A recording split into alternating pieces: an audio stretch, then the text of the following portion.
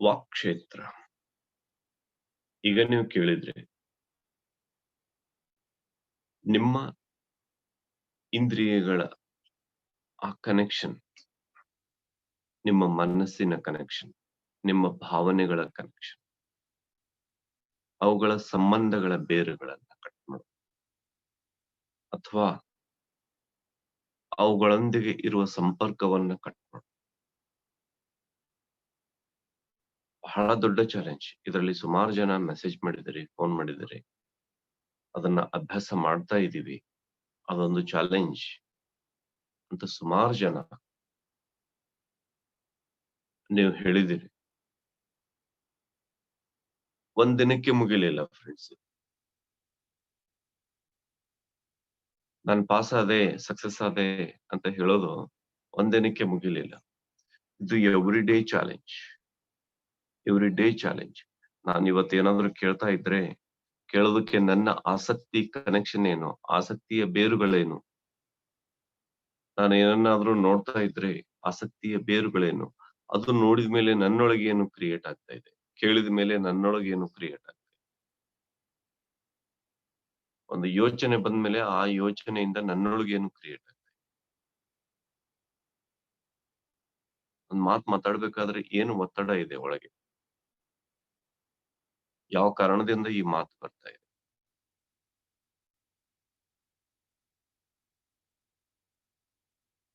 ಒಂದು ಸುಗಂಧ ಉಪಯೋಗ ಮಾಡ್ತಾ ಇದ್ರೆ ಯಾವ ಕಾರಣಕ್ಕೆ ಇದನ್ನ ಮಾಡ್ತಾ ಇದ್ರೆ, ಒಂದು ಸ್ಪರ್ಶ ಮಾಡ್ತಾ ಇದ್ರೆ ಯಾವ ಕಾರಣಕ್ಕೆ ಇದನ್ನ ಸ್ಪರ್ಶ ಮಾಡ್ತಾ ಇದ್ರೆ. ಆ ಕನೆಕ್ಷನ್, ಅದನ್ನ ರೂಟ್ ಔಟ್ ಮಾಡ. ಇದು ಒಂದು ದೊಡ್ಡ ಪರೀಕ್ಷೆ ಅಂತಾನೆ ಇಟ್ಕೊಡ್ರಿ, ದೊಡ್ಡ ಪರೀಕ್ಷೆನೆ ಅಂತ ಇಟ್ಕೊಡ್ರಿ.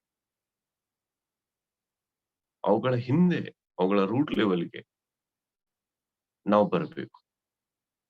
ಆವಾಗ ಇವೆಲ್ಲವುಗಳಿಂದ ನಾವು ಮುಕ್ತ ಆಗ್ತೀವಿ. ಈಗ ಪತ್ರಿಜಿ ಸರ್ ಒಂದ್ಸಲ ಹೇಳಿದ್ರು, ಒಬ್ಬ ಹೆಣ್ಮಗಳು ಬಂದು ನನ್ ಮಗನ್ನ ಧ್ಯಾನಕ್ಕೆ ಕರ್ಕೊಂಡು ಹೋಗಿ ನಮ್ ಮನೆನೆಲ್ಲ ಹಾಳು ಮಾಡ್ತಾ ಇದೀಯ, ನಮ್ಮ ಮನೆ ಒಬ್ಬನೇ ಮಗ, ಅವನು ಧ್ಯಾನಕ್ಕೆ ಹೋಗ್ಬಿಟ್ರೆ ನಮ್ ಗತಿ ಏನು, ನೀವೇನ್ ಧ್ಯಾನ ಹೇಳ್ತಾ ಇದ್ದೀರಿ ಇದನ್ನ ಅಂತ ಸಿಕ್ಕಾಪಟ್ಟೆ ಬೈದ್ರು. ಆಮೇಲೆ ಅವ್ರು ಹೋದ್ಮೇಲೆ ಅವ್ರ ಜೊತೆ ಇತ್ತು, ಸರ್ ಜೊತೆ ಇತ್ತು, ಅವ್ರು ಕೇಳಿದ್ರು, ಇಷ್ಟು ಹೊತ್ತು ಹೆಣ್ಮಗಳು ಬೈತಾ ಇದ್ರು, ನಿಮ್ಗೇನ್ ಅನ್ಸ್ಲಿಲ್ವಾ ಅಂತ. ಅವ್ರು ಬೈತಾ ಇದ್ರ, ನಾನು ಅದನ್ನ ನೋಡ್ಲೇ ಇಲ್ಲ, ಕೇಳಲೇ ಇಲ್ಲ. ಅವ್ರ ಮುಖ ಎಷ್ಟು ಚೆನ್ನಾಗಿತ್ತು, ಅವ್ರ ಕಣ್ಣು, ಕಿವಿ, ಮೂಗು ಎಷ್ಟು ಚೆನ್ನಾಗಿತ್ತು. ನಾನು ಅದನ್ನೇ ನೋಡ್ತಾ ಇದ್ದೆ. ಅವ್ರ ಬೈಯೋ ಕಡೆ ಗಮನನೇ ಬರ್ಲಿಲ್ಲ. ನೋಡಿ, ಇವರು ಬುದ್ಧನೇ ಕೆಲ್ಸ, ಧ್ಯಾನ ಹೇಳೋ ಕೆಲ್ಸ ಇದೆ. ಯಾರಾದ್ರೂ ಬೈದ್ರು ಅದಕ್ಕೆ ಯಾವ ರೀತಿ ಒಂದು ಮಾತು ಅವ್ರಿಗೆ ಬಿಟ್ಟಲ್ಲಿ ಬದಲಾಗಿ ನೀವು ಕೇಳಿಸ್ಕೊಂಡ್ರ ಅಂದ್ರೆ, ಹೌದಾ, ಅವ್ರು ಕೇಳಿಸ್ಕೊಳ್ಳೇನೇ ಇಲ್ಲ. ಎಷ್ಟ್ ಚೆನ್ನಾಗಿದೆ ಇವ್ರ ಮುಖ ಅಂತ ಮುಖನು. ಅಂದ್ರೆ ಆ ಕಿವಿಯ ಈ ತಾಯಿ ಬೇಯೋದಕ್ಕೇನೆ ಬಂದಿದ್ದಾಳೆ ಅಂತ ಗೊತ್ತಿದ್ಮೇಲೆ ಆ ಕಿವಿಯ ಬೇರುಗಳನ್ನ ಕಟ್ ಮಾಡ್ತಾರೆ. ಸುಮ್ನೆ ಆ ಮುಖದ ಸೌಂದರ್ಯವನ್ನ ನೋಡ್ತಾ ಕೂತು ಬೇರುಗಳನ್ನ ತೆಗೆಯೋದು ಅಂದ್ರೆ ಹೇಗೆ ಗೊತ್ತಾಯ್ತು ಫ್ರೆಂಡ್ಸ್? ಯಾರಾದ್ರೂ ಏನಾದ್ರೂ ಅಂತಿದ್ರೆ ಅಲ್ಲಿ ಬೇರುಗಳಿರ್ಬಾರ್ದು. ನಮ್ಗೆ ಬೇರುಗಳಿದ್ರೆ ನಮ್ಮೊಳಗೆ ಬೇರು ಬಿಟ್ಟು ಅವ್ರು ಗಿಡ ಆಗಿ ಬೆಳಿತಾರೆ. ಅವ್ರಿಗೆ ನಮ್ಮೊಳಗೆ ಬೇರು ಬಿಡೋದಕ್ಕೇನೆ ಜಾಗ ಇರ್ಬಾರ್ದು. ಬೇರೆ ಎಲ್ಲಿ ಬಿಡುತ್ತೆ? ಎಲ್ಲಿ ಅದಕ್ಕೆ ಅವಕಾಶ ಇರುತ್ತೋ, ಮಣ್ಣು ನೀರು ಸಿಗುತ್ತೋ ಅಲ್ಲಿ. ಕಲ್ ಮೇಲೆ ಬೀಜ ಹೋಗೋದು, ಬೆಳೆ ಅಂದ್ರೆ ಬೀಜ ಒಣಗಿ ಹೋಗುತ್ತೆ.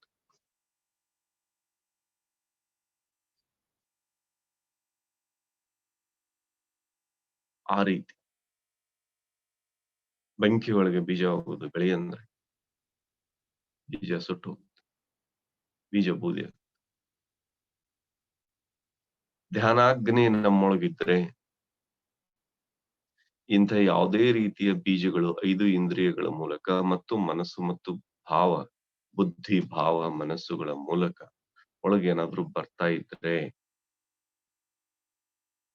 5 ಇಂದ್ರಿಯ, ಬುದ್ಧಿ, ಭಾವ, ಮನಸ್ಸು ಈ ಈ ಈ 8 ದಿಕ್ಕುಗಳಿಂದ ಏನಾದ್ರೂ ಬರ್ತಾ ಇದ್ರೆ ಆ ಕಿಟಕಿ ಬಾಗಿಲುಗಳಿಂದ 8 ದಿಕ್ಕುಗಳ ಬಾಗಿಲುಗಳಿಂದ ಏನಾದ್ರೂ ಬರ್ತಾ ಇದ್ರೆ ಒಳಗೆ ಬಂದ ತಕ್ಷಣ ಅದು ಬೂದಿ ಆಗುತ್ತೆ. ಅದಕ್ಕೆ ಕನೆಕ್ಷನ್ ಇರೋದಿಲ್ಲ. ಅವಾಗ ನಾವು ಈ ಸಮಾಜದಲ್ಲಿದ್ರೂ ಕೂಡ ಸಮಾಜಕ್ಕೆ ಅಂಟಿಕೊಳ್ಳದೆ, ಯಾಕಂದ್ರೆ ಆ ಬೇರ್ ನಮ್ಮೊಳಗ್ ಬರೋದೇ ಇಲ್ಲ. ಬೇರ್ ನಮ್ಮೊಳಗ್ ಬರೋದೇ ಇಲ್ಲ. ಈಗ ನೋಡ್ರಿ, ಈಗೊಂದು ಯಾವ್ದೋ ಮಾರ್ಕೆಟ್ ಅಲ್ಲಿ ಏನೋ ಸುಮ್ನೆ ನಾವ್ ಎಷ್ಟು ಚಿಲ್ಲರೆ ಮಾತಾಡ್ತೀವಿ ಈ ಇಡೀ ದಿನ ಅನ್ನೋದಕ್ಕೆ. ಪ್ರತಿದಿನ ಅದೇ ಮಾತು. ಪೆಟ್ರೋಲ್ ಇಷ್ಟು ದುಡ್ಡಾಯ್ತು, ಕಾಯಿಪಲ್ಲೆ ಇಷ್ಟು ದುಡ್ಡಾಯ್ತು, ಇದಿಷ್ಟು ದುಡ್ಡಾಯ್ತು, ಇದಿಷ್ಟು ದುಡ್ಡಾಯ್ತು. ಒಂದು 100 ವರ್ಷದ ಹಿಂದಿನ ಪೇಪರ್ ತೆಗೆದ್ ನೋಡ್ರಿ. 100 ವರ್ಷದ ಹಿಂದಿನ ಪೇಪರ್.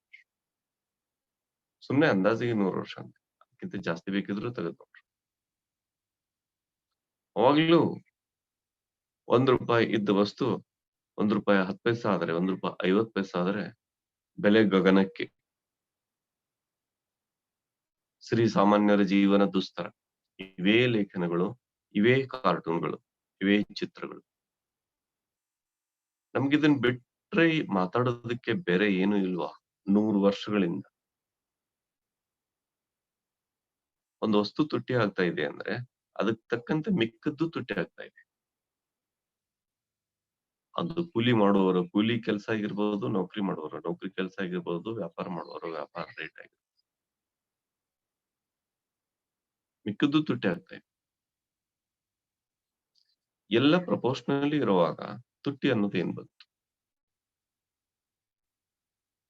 ಅಂದ್ರೆ ಸಾಮಾನ್ಯವಾದ ಮಾತುಗಳಿಂದ, ಸಾಮಾನ್ಯವಾದ ಆಲೋಚನೆಗಳಿಂದ ನಾವು ಮುಕ್ತ ಆಗಿಲ್ಲ ಅನ್ನೋದು ಅಂಥ ವಿಷಯಗಳನ್ನ ಚರ್ಚೆ ಮಾಡುವಾಗ ಗೊತ್ತಾಗುತ್ತೆ. ಅದೊಂದು ದಿನನಿತ್ಯದ ವ್ಯವಹಾರ. ಯಾವ್ದು ಅಲ್ಲಿಗೆ ನಿಲ್ಲೋದಿಲ್ಲ. ಅದನ್ನ ಮಾತಾಡಿ ಸರಿ ಯಾವತ್ತಾದ್ರೂ ಇಂಥ ಮಾತು ಮಾತಾಡಿದ್ದು ಕೇಳಿದ್ರ ಇದು ತುಟಿಯಾಗಿದೆ, ಇದು ಹಿಂಗಿದೆ, ಇದು ಹಿಂಗಿದೆ ಅಂತ ಯಾವತ್ತಾದ್ರೂ ಕೇಳಿದಿರ?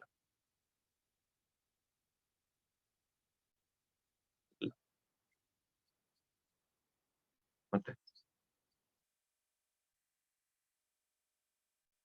ಗುರುವನ್ನ ನೋಡಿ ನಾವು ಕಲಿಬೇಕು.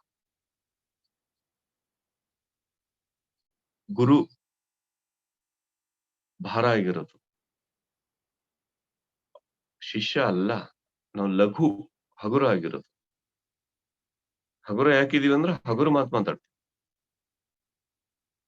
ಅವ್ರ ಗುರು ಯಾಕಿದಾರೆ ಅಂದ್ರೆ ಯಾವತ್ತು ಭಾರವಾದ ಮಾತುಗಳನ್ನ, ಯಾವತ್ತು ಅದ್ಭುತವಾದ ಮಾತುಗಳನ್ನ, ಯಾವತ್ತು ವಿಶೇಷವಾದ ಮಾತುಗಳನ್ನ, ಯಾವತ್ತು ಆಳವಾದ ಜ್ಞಾನದ ಮಾತುಗಳನ್ನ ಮಾತಾಡ್ತಾರೆ. ಗುರುತರವಾದ ಜವಾಬ್ದಾರಿಯಿಂದ ಮಾತಾಡ್ತಾರೆ. ಅದಕ್ಕೆ ಗುರು. ನಾವು ಗುರು ಆಗ್ಬೇಕಾ? ಗುರುತರವಾದ ಜವಾಬ್ದಾರಿಯಿಂದ ಇರಬೇಕು. ಅದು ಪಂಚೇಂದ್ರಿಯಗಳಿರ್ಲಿ, ಮನಸ್ಸು, ಬುದ್ಧಿ, ಭಾವಗಳಿರ್ಲಿ. ಗುರುತರವಾದ ಜವಾಬ್ದಾರಿ. ನನ್ನ ಮನಸ್ಸು ಈಗ ಏನಕ್ಕೆ ಕನೆಕ್ಟ್ ಆಗ್ತಾ ಇದೆ?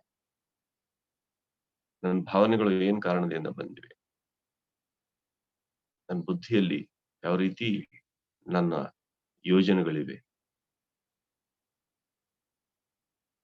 ಇದು ಒಂದ್ಸಲ ನೀವು ಕನೆಕ್ಟ್ ಆಗಿ, ಇದೊಂದ್ಸಲ ನೀವು ಸರಿಯಾಗಿ ನೋಡ್ಕೊಂಡ್ ಬಿಟ್ರೆ, ಅವುಗಳ ಮೂಲಕ್ಕೆ ಹೋಗ್ಬಿಟ್ರೆ, ನೀವು ಆ ಧ್ಯಾನ ಅಗ್ನಿ ಒಳಗೆ ನಾವು ಇಟ್ಕೊಂಡ್ ಬಿಟ್ರೆ, ಆ ಧ್ಯಾನ ಅಗ್ನಿ ಒಳಗೆ ಏನ್ ಬಂದಿದ್ರು ಸುಟ್ಟು ಬೂದಿ ತನ್ನ ಅಸ್ತಿತ್ವ ಉಳಿಸ್ಕೊಳ್ಳೋದಿಲ್ಲ. ಧ್ಯಾನ ಅಗ್ನಿ ಇಲ್ಲ ಅಂದ್ರೆ ಏನಾಗುತ್ತೆ? ಹಸಿ ಹಸಿಯಾಗಿರುತ್ತೆ ಒಳಗೆ. ಏನ್ ಬಂದಿದ್ರು ಬೆಳೆಯುತ್ತೆ. ಏನ್ ನಿನಗ ಅವ್ರು ಇಂಥದಂದ್ರು ಬೆಳೀತು. ಏನ್ ನಿನಗ ಅವ್ರು ಇಂಥದ್ ಮಾತಾಡಿದ್ರು ಬೆಳೀತು. ಒಂದಕ್ಕೊಂದು ಒಂದೇ ಬೆಳೆಯೋದಿಲ್ಲ. ಅದಕ್ಕೆ ಸಂಬಂಧಪಟ್ಟಂತೆ ಮತ್ತೆ ಇನ್ನೇನೋ ಬೆಳೀತಾ ಹೋಗುತ್ತೆ. ಅಂದ್ರೆ ನಿಮ್ಮೊಳಗೆ ಇಷ್ಟೆಲ್ಲ ಬೆಳೆದು ತುಂಬಿದೆಯಲ್ಲ, ಈ ತುಂಬಿರೋದಕ್ಕೆ ಕಾರಣ ಯಾರು? ನೀವೇ. ನಿಮ್ಮೊಳಗಡೆ ಆ ಬೆಳೆಯೋದಕ್ಕೆ ಹಸಿಯಾದ ವಾತಾವರಣ ಇದೆ. ನೀವು ಧ್ಯಾನರೂಪಿ ಅಗ್ನಿಯಿಂದ ಮೊದಲು ನಿಮ್ಮನ್ನು ನೀವು ಧ್ಯಾನ ಅಗ್ನಿ ದಗ್ಧ ಕರ್ಮಾಣಂ ನಿಮ್ಮನ್ನು ನೀವು ಅದನ್ನೆಲ್ಲ ದಗ್ಧಗೊಳಿಸಿಬಿಟ್ರೆ, ಆ ಕರ್ಮಗಳನ್ನ ದಗ್ಧಗೊಳಿಸಿಬಿಟ್ರೆ, ನಿಮ್ಮೊಳಗೆ ಯಾವುದು ಬೀಜ ಬಂದಿದ್ರು ಅದು ನೀವಾಗೆ ನಿರ್ಣಯ ಮಾಡುವವರೆಗೂ ಬೆಳೆಯೋದಿಲ್ಲ. ಈಗ ಅವಾಗ ಎಂತ ಬೀಜಗಳನ್ನ ತಗೊಳ್ತೀರಿ? ಇನ್ನೂ ಒಂದಷ್ಟು ಜನಕ್ಕೆ ಧ್ಯಾನ ಹೇಳಿ, ಇನ್ನೊಂದಷ್ಟು ಜನಕ್ಕೆ ಏನಾದ್ರು ವಿಶೇಷ ಸಂದೇಶಗಳನ್ನ ಮೂಡಿಸುವಂತೆ ಪ್ರಯತ್ನ ಮಾಡ್ರಿ. ಇನ್ನೂ ಒಂದಷ್ಟು ಜನಕ್ಕೆ ನಮ್ಮ ಸುತ್ತ ಆ ತರಂಗಗಳನ್ನ ಹರಡೋಣ. ಈಗ ನಿಮ್ ಮಾತಿಗೆ ಇಷ್ಟು ಜನ ಕೇಳಿ ನಿಮ್ ಸುತ್ತಮುತ್ತ ಇಷ್ಟು ಜನ ಧ್ಯಾನಿಗಳಾಗ್ತಾ ಇದ್ರೆ ನಿಮ್ಮ ತರಂಗಗಳು ಅಷ್ಟು ವಿಸ್ತಾರ ಆದಂತೆ. ಪತ್ರಿ ಸರ್ ಮಾತು ಇಡೀ ಜಗತ್ತು ಕೇಳ್ತಾ ಇದೆ ಅಂದ್ರೆ ಅವರ ತರಂಗಗಳು ಇಷ್ಟು ವಿಸ್ತಾರ ಆದಂತೆ.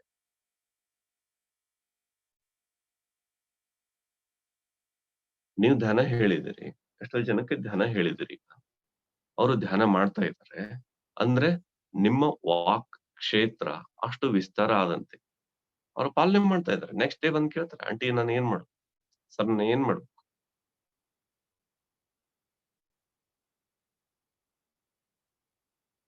ಅಂದ್ರೆ ನೀವು ವಿಸ್ತಾರ ಆಗ್ತಾ ಹೋಗ್ತೀರಿ. ಆ ವಿಸ್ತಾರತೆ ಬರುತ್ತೆ.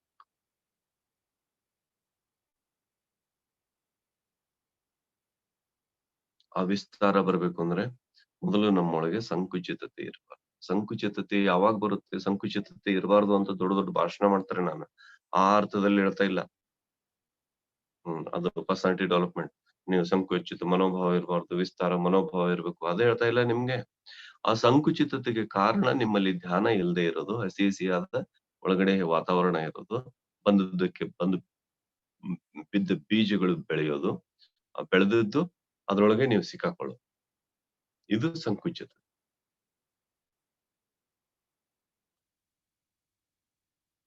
ಆಮೇಲೆ ಈ ಸಂಕುಚಿತತೆ ನಿಮ್ಮೊಳಗಿಂದ ಹೋಗ್ಬೇಕಂದ್ರೆ ಧ್ಯಾನ ರೂಪಿ ಅಗ್ನಿ ಬೇಕು. ಆವಾಗ ವಿಸ್ತಾರ ಬರುತ್ತೆ. ಸುಮ್ನೆ ನೀವು ವಿಶಾಲವಾದ ಮನೋಭಾವನೆಯಿಂದ ಇರಬೇಕು ಅಂತ ನೋವೇ. ಧ್ಯಾನ ಮಾಡಿ ತನ್ನಷ್ಟಕ್ಕೆ ತಾನೇ ಬೈ ಪ್ರಾಡಕ್ಟ್ ಆಗಿ ಅದು ಬರುತ್ತೆ. ಯಾವುದೇ ಭಾಷಣದ ಅಗತ್ಯ ಇಲ್ಲ. ಯಾವುದೇ ಭಾಷಣದ ಅಗತ್ಯ ಇಲ್ಲ. ಆವಾಗ ನೀವು ವಿಸ್ತಾರಗೊಳ್ತೀರಿ. ವಿಸ್ತಾರದಿಂಬಾಳು, ವೈಶಾಲ್ಯದಿಂಬಾಳು, ಕತ್ತಲೆಯ ಮೊಡಕು ಮೂಲೆಗಳ ಸೇರದಿರು, ಭಾಸ್ಕರನ ಅನುಗ್ರಹ ವಿನೂತ್ನ ಜೀವನ ಸತ್ವ, ಮೃತ್ಯು ನಿನಗಲ್ಪತೆಯೋ ಮಂಕುತಿಮ್ಮ. ಆ ಸ್ಥಿತಿ ಆವಾಗ ಬರ್ತದೆ. ಮೃತ್ಯುವನ್ನ ಗೆಲ್ಲೋ ಸ್ಥಿತಿ ನಾವು ಧ್ಯಾನ ಅಗ್ನಿ ದಗ್ಧ ಕರ್ಮಾಣ ಮಾಡ್ಕೊಂಡು ವಿಸ್ತಾರವಾಗ್ತಾ ಹೋದಂತೆ ಮೃತ್ಯು ನಿನಗಲ್ಪತೆಯೋ ಮಂಕುತಿಮ್ಮ.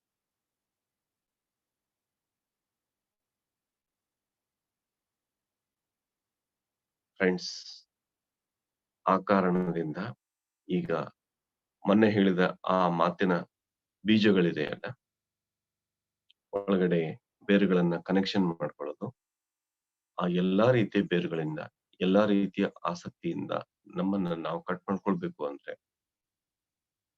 ಮೊದಲು ಅದ್ ಬಂದದ್ದು ನಮ್ಮಲ್ಲಿ ಮೊಳಿಬಾರ್ದು. ಮೊಳಿಬಾರ್ದು ಅಂದ್ರೆ ಮೊಳಕೆ ಒಡಿಬಾರ್ದು. ಮೊಳಕೆ ಒಡಿಬಾರ್ದು ಅಂದ್ರೆ ನಮ್ಮಲ್ಲಿ ಆ ರೀತಿ ಧ್ಯಾನಾಗ್ನಿ ಇರಬೇಕು.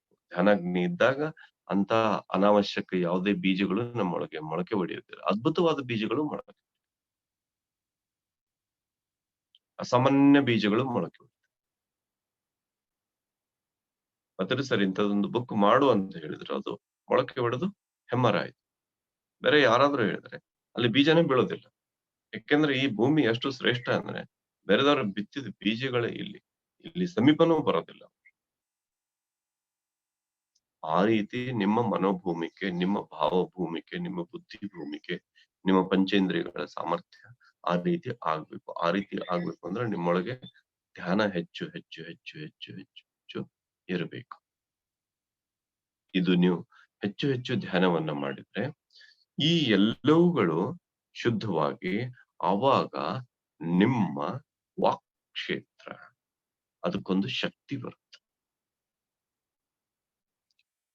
ಆ ಕಮಾಂಡ್ ಆನ್ ಸೌಂಡ್, ಆ ಧ್ವನಿ ಮೇಲೆ ಒಂದು ಕಮಾಂಡ್ ಬರುತ್ತೆ. ಆ ಧ್ವನಿ, ಆ ಕಮಾಂಡ್ ಆನ್ ಸೌಂಡ್ ಏನಿದೆಯೋ, ಅದು ಆ ಸೌಂಡ್ ನೇಚರ್ ಮೇಲೆ ಕಮಾಂಡ್ ಮಾಡುತ್ತೆ. If we have command on sound, that sound commands the nature.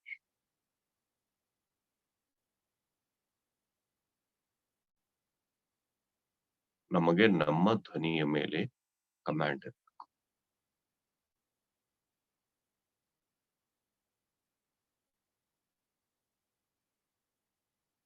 ನೆನ್ಪಿಟ್ಕೊಳ್ಳಿ ಫ್ರೆಂಡ್ಸ್.